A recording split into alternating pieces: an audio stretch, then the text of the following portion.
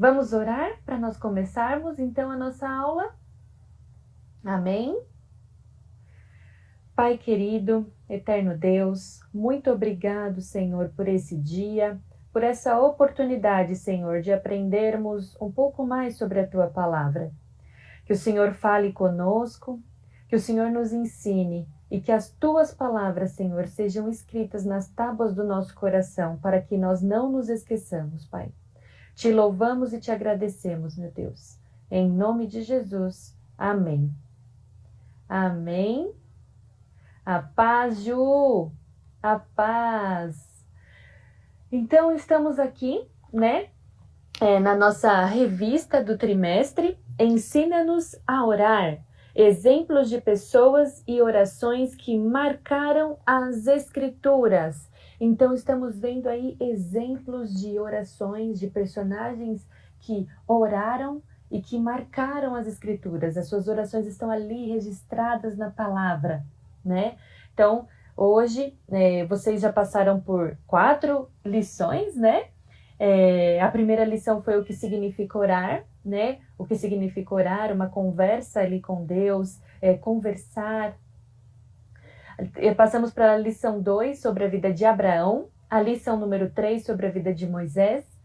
Na semana passada nós tivemos uma aula maravilhosa com a Flávia aí sobre Ana, não é verdade? Sobre o exemplo dessa mulher de oração, uma oração de uma mulher de angústia, né? E hoje, quem é o nosso personagem de hoje? Nós vamos falar sobre Neemias. Vamos falar sobre Neemias. E o título da lição é Neemias, a oração de um construtor. Neemias, a oração de um construtor. Quem foi Neemias? Onde viveu? O que fez? Porque a oração dele está nas Escrituras. É isso que nós vamos ver um pouquinho hoje, sobre a vida aí de Neemias e o exemplo, né, que ele nos deu aí de oração. E com a vida de Neemias nós vamos aprender várias lições maravilhosas, mas 2 que nós podemos destacar é que a oração é uma ferramenta indispensável para vencer os maiores desafios da vida. E vamos ver também que é preciso eleger prioridades. É preciso eleger prioridades. É isso que nós vamos ver aí um pouquinho com a vida de Neemias. Vamos lá para o nosso texto bíblico?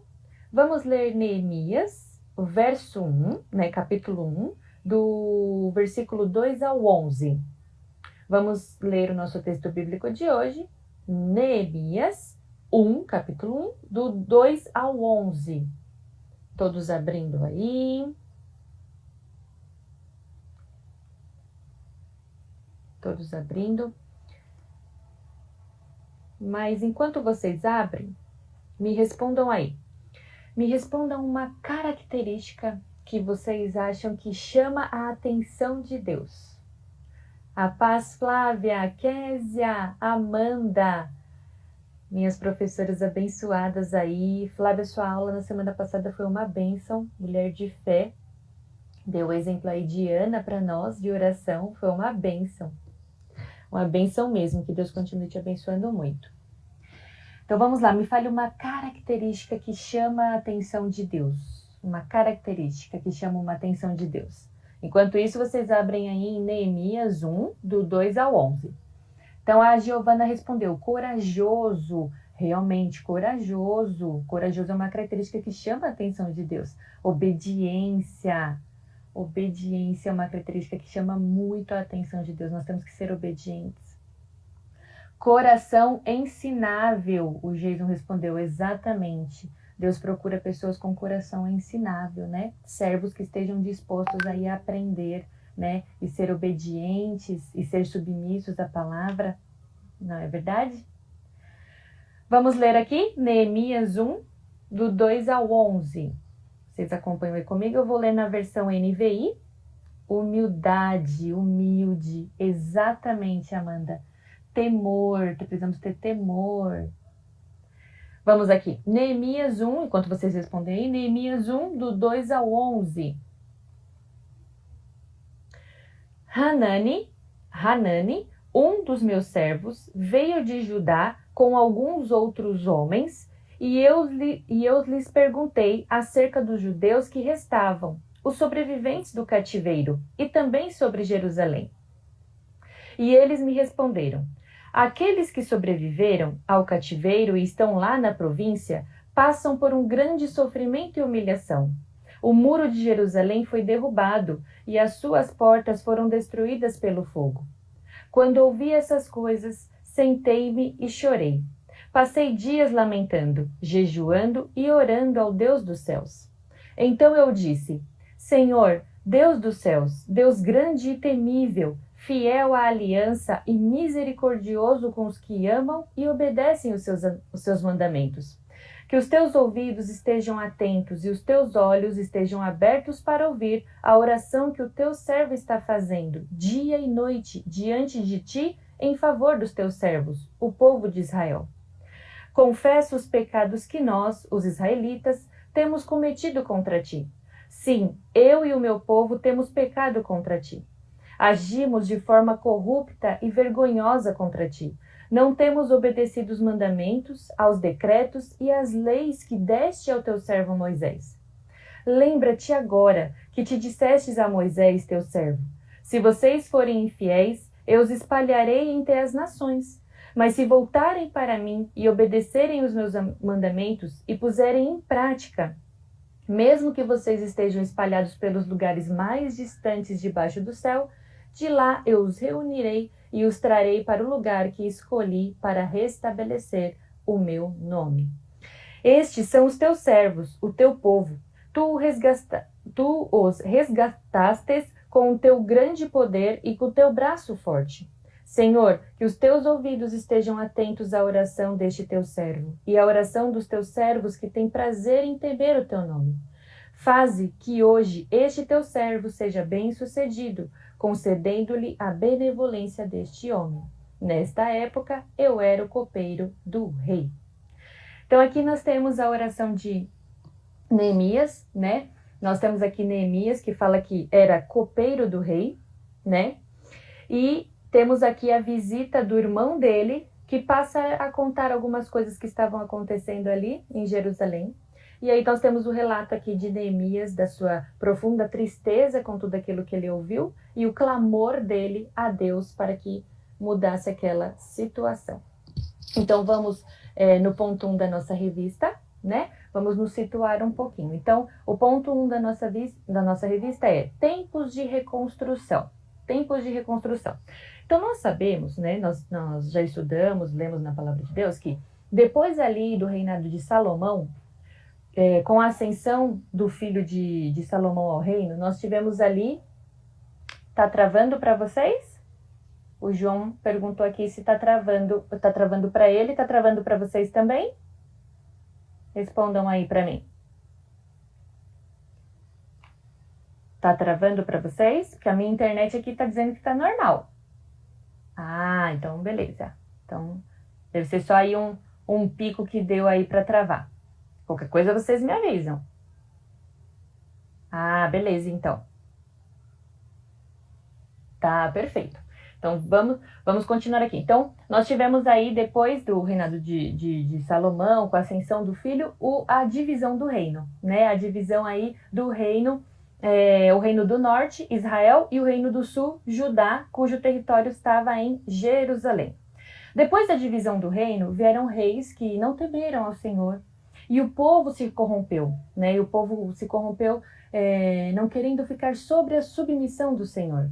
E aí o que aconteceu? Aconteceu que eles foram tomados por povos vizinhos, por povos inimigos, foram subjugados, foram levados cativos e Jerusalém aí foi destruída. Né? Jerusalém foi destruída. Então primeiro nós tivemos aí os assírios, né, conquistando o reino do norte, e os babilônicos conquistando o reino do sul e levando todos a cativo, né? Levando todos cativeiro aí e destruindo as cidades, né? Algumas poucas pessoas ficaram nas cidades, mas essas poucas pessoas que ficaram foram pessoas muito pobres, né? E ficaram em cidades totalmente destruídas. Então eles eram subjugados por outros povos ali vizinhos que sabiam que Israel ali, que Jerusalém tinha sido tomado, né? Pelos seus inimigos. Então assim, O povo que ficou também passou por maus bocados ali numa cidade destruída, com muita miséria, né? E o povo que foi levado cativo também, né? Porque quando você é levado cativo, você é levado como um escravo, né? E ali você é subjugado, você tem que aceitar a cultura de um outro povo, você tem que aceitar ordens de um outro povo, você tem, né, ali que se submeter como escravo. Então, para o povo foi terrível, né? Foi terrível. E aí depois, com a conquista aí dos medos persas sobre os babilônicos, Ciro, né, ele concede ali que os hebreus retornassem para a sua terra, ali para Jerusalém, e que pudessem também retornar ao culto ao Senhor, né, que pudessem retomar ali toda a sua cultura, que pudessem retomar ali realmente o culto ao Senhor. Então ele concede este favor, né, para o povo. E aí os hebreus eles passam a retornar. Mas eles não retornam todos de uma vez, né? Eles vão retornando aos poucos. Então nós temos aí um primeiro grupo que retorna, depois temos um segundo grupo que retorna com Esdras e começa ali a reconstrução do templo, porque o templo havia sido destruído pelos babilônicos, né? Assim como os muros, assim como a porta queimada. Então ali nós temos uma cidade devastada que começa a ser reconstruída. E aqui nós temos Neemias, né, que não tinha retornado do cativeiro, né, só que ele era um copeiro do rei. Ele era copeiro do rei Artaxerxes. Difícil de falar, né? Ele era o copeiro do rei Artaxerxes.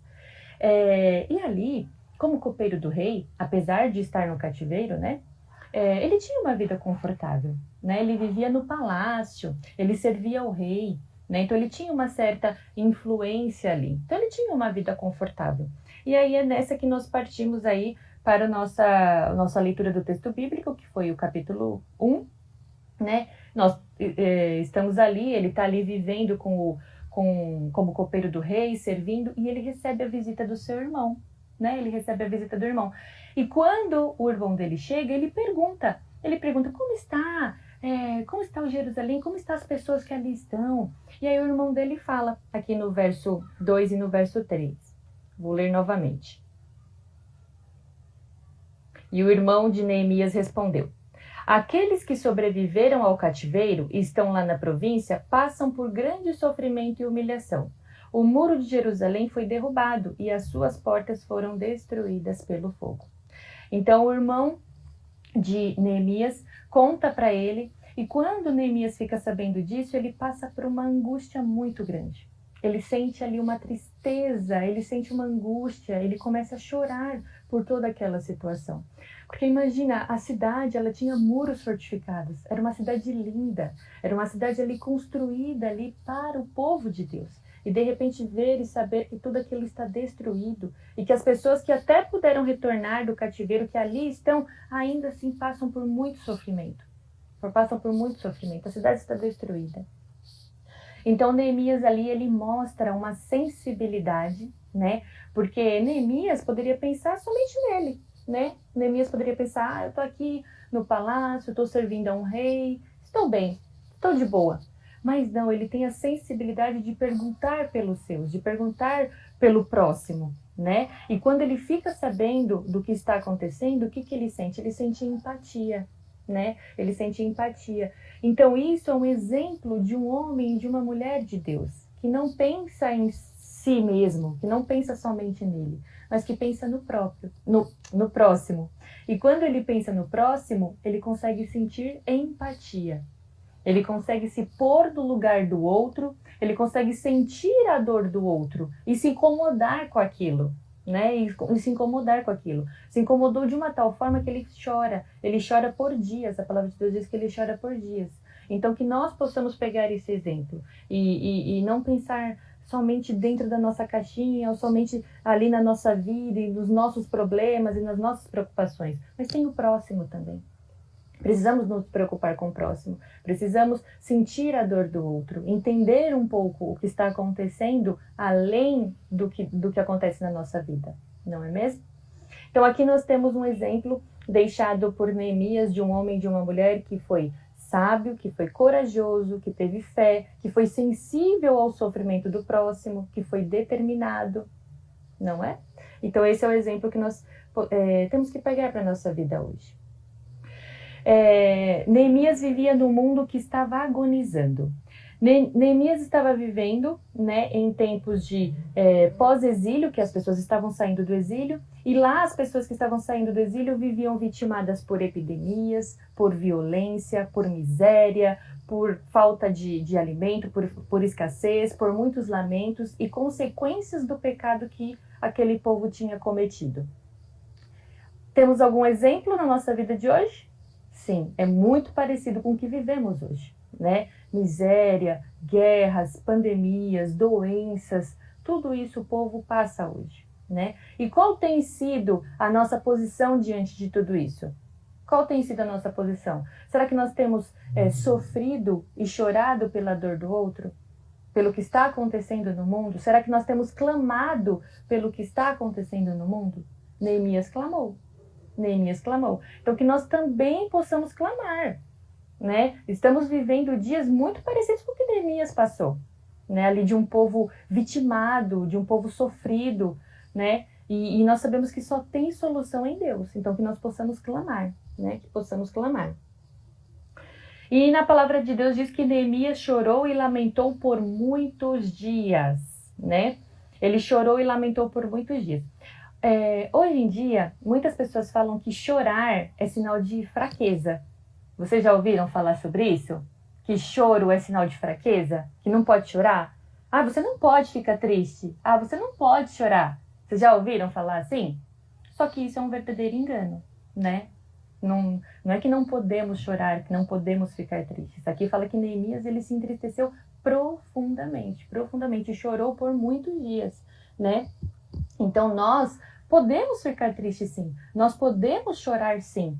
O que não pode acontecer é se entregar a essa tristeza, é se entregar a esse choro, porque apenas chorar e ficar triste não muda a situação, né? Apenas chorar e se lamentar por muitos dias não muda a situação. O que muda a situação é que é outra coisa, que nós vamos ver. Mas ficar triste e chorar é consequência, né? É consequência, nós somos humanos, né? E nós temos sentimentos. Então, chorar e ficar triste é consequência. E na palavra de Deus está escrito que há tempo para todas as coisas, até para chorar. Vamos ver lá em Eclesiastes 3, do 1 ao 4? Eclesiastes 3, do 1 ao 4, diz assim: para tudo há uma ocasião, e um tempo para cada propósito debaixo do céu. Tempo de nascer e tempo de morrer. Tempo de plantar e tempo de arrancar o que se plantou. Tempo de matar e tempo de curar. Tempo de derrubar e tempo de construir. Tempo de chorar e tempo de rir. Tempo de prantear e tempo de dançar. Então, na palavra de Deus diz que há tempo para todas as coisas, até para chorar, até para se entristecer. Há tempo. Mas há tempo também de agir. Há tempo também de agir. Então, não há problema nenhum chorar, né? Na palavra de Deus, em Mateus 5,4 diz: bem-aventurados os que choram, pois serão consolados. Os que choram pelo outro, os que choram pela dor do outro, né? Porque serão consolados. Aqui como Neemias. Então, inclusive, o significado do nome de Neemias é o que consola, ou o consolado por Deus. E nós sabemos que o significado do nome tem grande importância na palavra, né? Nós temos aí o significado do nome de Ana, Moisés tirado das águas. Então nós temos que o significado do nome tem um grande peso. E aqui Neemias é o que consola ou o que é consolado por Deus. E ele chorou, né? Ele chorou pelo próximo, ele chorou pela sua nação ali. E ele foi consolado. Nós vamos ver. Mas como eu disse lá atrás, não basta apenas chorar, né, e se lamentar, porque isso não muda a situação, né? A gente pode chorar, pode ficar triste, pode nos lamentar, tudo tem o seu tempo, nós passamos por isso, é normal, mas nós também temos que saber que temos que agir, né? Não podemos nos entregar à tristeza, ou apenas o choro, ou apenas o lamento, né? Então, o que aconteceu aqui com Neemias? Depois de passado... A Mari colocou, o nome tem grande peso mesmo, isso é verdade. Então, depois de passado aqui o pranto e o lamento, o que ele faz? Ele jejua e ora. Ele busca socorro só onde poderia encontrar socorro, que é em Deus. Então, ele jejua e ora. E a palavra de Deus, temos uma música, né, que cantamos que quando não sei que direção tomar, paro tudo para te escutar. Não é verdade? Então, quando você não souber que direção tomar, ou quando realmente você estiver muito triste ou lamentando muito, pare, ore e jejue, né? Então, nós temos que parar e buscar a direção aonde vamos encontrar direção. E não buscarmos direção em lugares errados ou com conselhos errados, mas que possamos buscar direção aonde se encontra direção, que é em Deus. Então, aqui Neemias, ele para, ele ora, ele jejua. E como diz a palavra de Deus que tem que ser o jejum? Está lá em Mateus 6, 17 e 18. Mateus 6, 17 e 18. Ao jejuar, ponha óleo sobre sua cabeça e lave seu rosto, para que não pareça aos outros que você está jejuando, mas apenas ao seu pai que vem em secreto. E o seu pai que vem em secreto o recompensará. Vocês já fizeram jejum? Conta aí para mim. Vocês já fizeram jejum? Já tiveram essa experiência de jejuar e de orar? Né? Por que a experiência do jejum ela é tão boa? Por que deixar de comer vai ter alguma influência sobre a resposta de Deus? Quando você jejua, você não está mudando a Deus, mas você está acalmando a sua alma, você está mandando a sua alma ficar quieta e dizendo assim, ó, a minha provisão vem de Deus. Então, quando jejuamos, nós conseguimos estar mais sensíveis à voz do Espírito, né? E nós estamos ali, aquietando a nossa alma e falando, a minha provisão, eu não vou me alimentar de coisas físicas por um período de tempo. Eu vou parar e a minha provisão será o Senhor. E ali a nossa alma se aquieta, o nosso espírito se conecta e nós ficamos mais sensíveis a ouvir a voz de Deus e a saber a direção de Deus. Por isso é tão importante jejuar, né? E aqui, jejuar é algo íntimo, né? Então, a palavra de Deus diz, quando você jejuar, lave seu rosto, tranque sua porta, fique, porque é algo íntimo. Por quê? Porque não podemos ser igual os fariseus, que ficavam orando no meio das praças e tentando provar para as pessoas que é mais santo porque ora em voz alta ou porque faz jejum. Não é nada disso, né? Então, aqui, ó, todo mundo respondendo que já fez.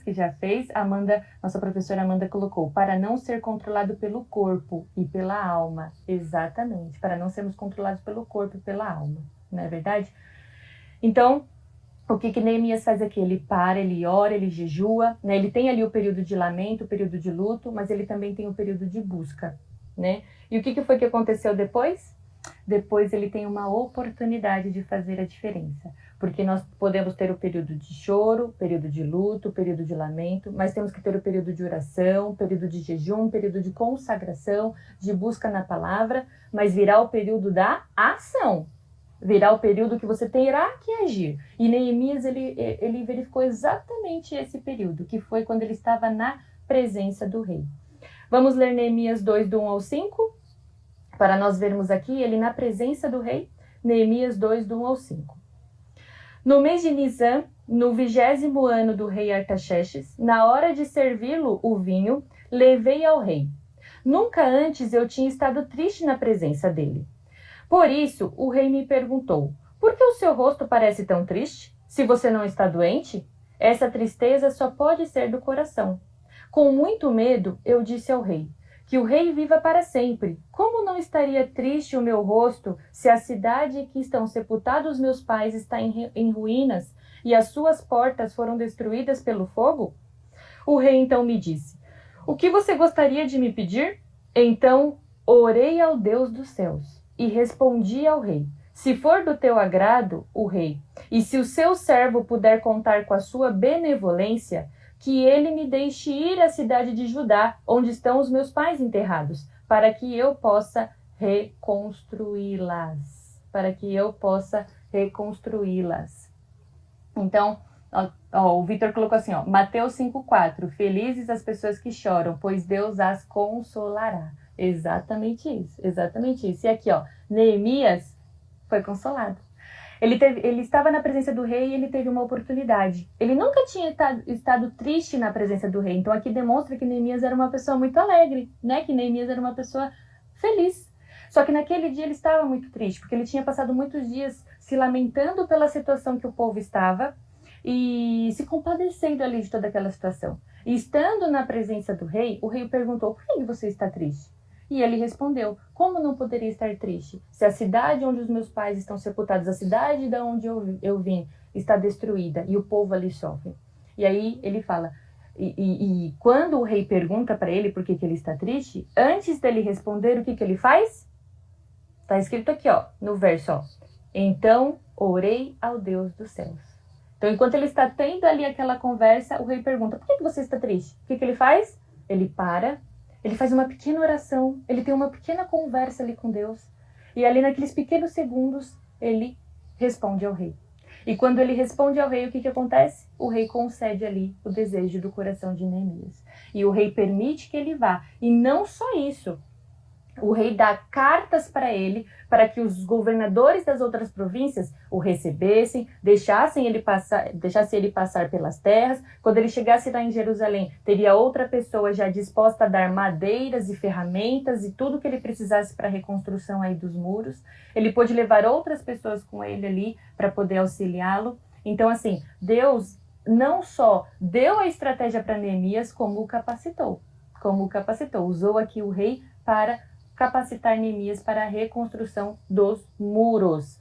Então, nós vemos que a oração, ela é primordial para que possamos resolver as circunstâncias mais bravas, as circunstâncias mais difíceis que podem aparecer no nosso caminho. Foi através ali da oração, né, do jejum e da busca ali de Neemias. E Neemias vai, mas você acha que foi fácil?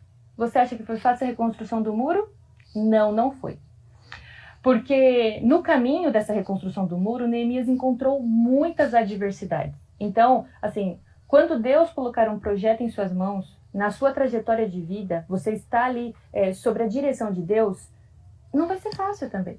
Também virá muitas adversidades. Mas Neemias sabia que para combater todas as adversidades, ele tinha que estar em conexão com Deus, através da oração. E Deus trouxe escape para todas as adversidades que Neemias enfrentou. Então, ao longo do caminho, Neemias passou por zombarias, muitas pessoas zombaram dele, calúnia, ele foi muito caluniado, ele passou por oposição externa e interna, porque pessoas não queriam que ele reconstruísse o muro. Os países vizinhos que subjugavam ali Jerusalém não queriam que o muro fosse reconstruído, que a cidade fosse fortificada, que fosse uma cidade forte novamente. Não queriam. Então ele passou por muita oposição. E as pessoas que estavam ali já na cidade também não queriam que os muros fossem reconstruídos, algumas pessoas. E perseguiram ali Neemias e buscaram até matá-lo, né? Ele foi perseguido até com dano físico, né? Buscaram ali até matá-lo. Só que ele achou escape para todas as coisas. Então, através da oração, através do jejum, da busca de Deus. Qual era a direção que Deus queria que Neemias tomasse?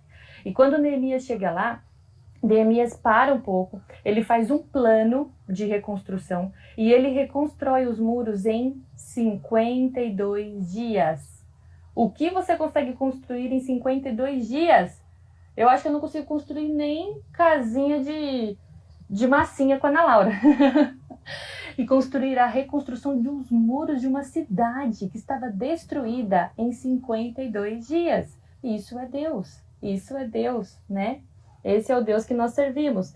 Então, Neemias era um homem de oração que dependia inteiramente do Senhor e sabia encontrar nele força e segurança para tudo que ele enfrentou. E ele reconstruiu os muros.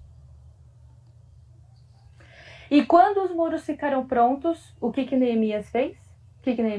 Vamos ler lá em Neemias 6, 15 e 16. Neemias 6, 15 e 16. Abram aí, por favor. Neemias 6, 15 e 16.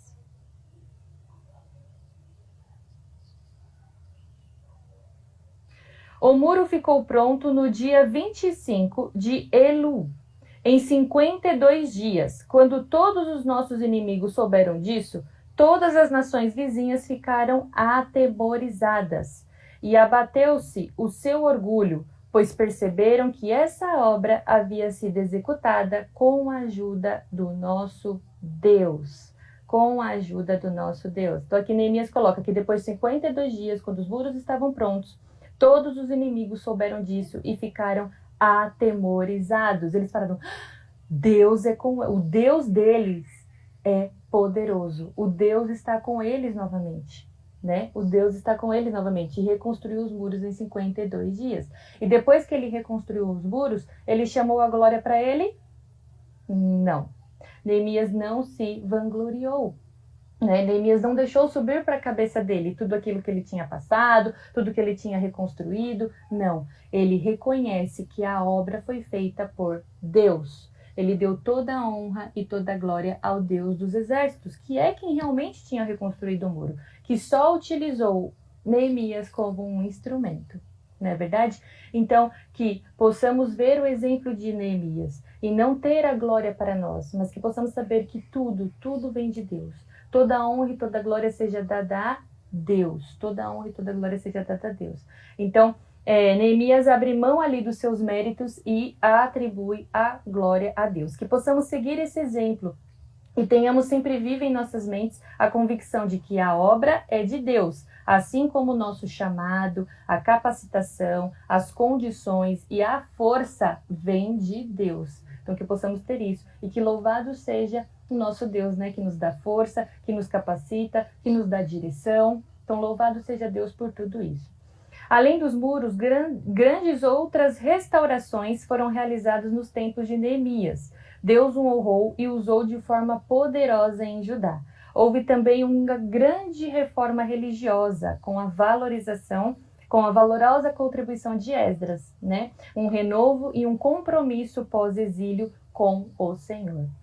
Então lá no capítulo 1 de Neemias, nós lemos que quando Neemias faz a oração, ele traz assim, ó, Senhor, eu sei, né? Eu sei que nós pecamos e que estava escrito que se nós pecarmos, nós seríamos subjugados e seríamos espalhados. Mas também nós temos a promessa de que se nós nos arrependermos e nos voltarmos a Ti, o Senhor ajuntará todo o povo, mesmo que por mais distante esteja o povo. Então Neemias lembrou a Deus dessa promessa maravilhosa e fez-se cumprir. Então aqui nós temos, além da reconstrução do muro, uma reconstrução espiritual, né? E com a ajuda aí de Neemias, com Esdras, tivemos aí uma reconstrução espiritual e uma reconstrução de valores. Uma reconstrução de valores, porque o povo tinha vivido tantos anos no cativeiro que já tinha perdido os seus valores. Tinha perdido a cultura, né? Tinha perdido o culto ao Senhor. Então ali nós temos a valorização e nós temos essa reconstrução de culto ali com Neemias, né? Além dos muros físicos que demonstram cidade protegida, fortificada, guardada pelo Senhor, nós temos também uma reconstrução interna, uma reconstrução espiritual, né? Então que nós possamos buscar isso de Deus, que possamos buscar que nós possamos ser esses reconstrutores na vida de outras pessoas, que possamos reconstruir na vida de outras pessoas o amor, a gentileza, a salvação, que possamos ser um instrumento usado pelas mãos do Senhor. Então que a nossa oração seja como a oração de Neemias, uma oração de reconstrução, que possamos reconstruir na vida de outras pessoas o que está perdido. Mas nós só vamos conseguir ser verdadeiros instrumentos usados na mão do Senhor se nós os buscarmos, né? Se nós buscarmos a Deus com oração, se nós buscarmos a Deus com jejum e se nós tivermos também empatia pela dor do outro, se colocar um pouquinho no lugar do outro, demonstrar um pouco mais de amor, um pouco mais de compaixão, né? É disso que o mundo precisa. Jesus nos deixou esse exemplo, um exemplo de amor, um exemplo de perdão, um exemplo de compaixão pelo próximo. Então que hoje nós possamos pegar esse exemplo de oração de um reconstrutor, que possamos reconstruir na vida das outras pessoas o que Deus quer que seja reconstruído, que principalmente é a salvação. Amém? Vocês têm alguma pergunta? Falem aí, vocês querem colocar alguma coisa? Este é o momento. Estamos finalizando a nossa aula de hoje. Quero dizer que foi um prazer estar com vocês. E se quiserem colocar alguma coisa aí sobre essa aula, que Deus abençoe grandiosamente a vida de vocês. Amém? Deus abençoe. Estão dizendo aqui que o meu tempo já acabou, mas foi uma benção mesmo. Amanda colocou, vale a leitura do livro de Neemias, tremendo tudo o que aconteceu. Saber que o Senhor continua reconstruindo. Exatamente. Vale mesmo a leitura do livro de Neemias, o estudo sobre a vida dele. Nós podemos tirar grandes lições das orações que ali está, das reconstruções que Deus trouxe ali. Amém? Então vamos retornar aí para o culto. Que Deus abençoe. Um ótimo domingo para vocês, uma ótima semana e até domingo que vem, com a graça de Deus. Deus abençoe grandiosamente. Até mais!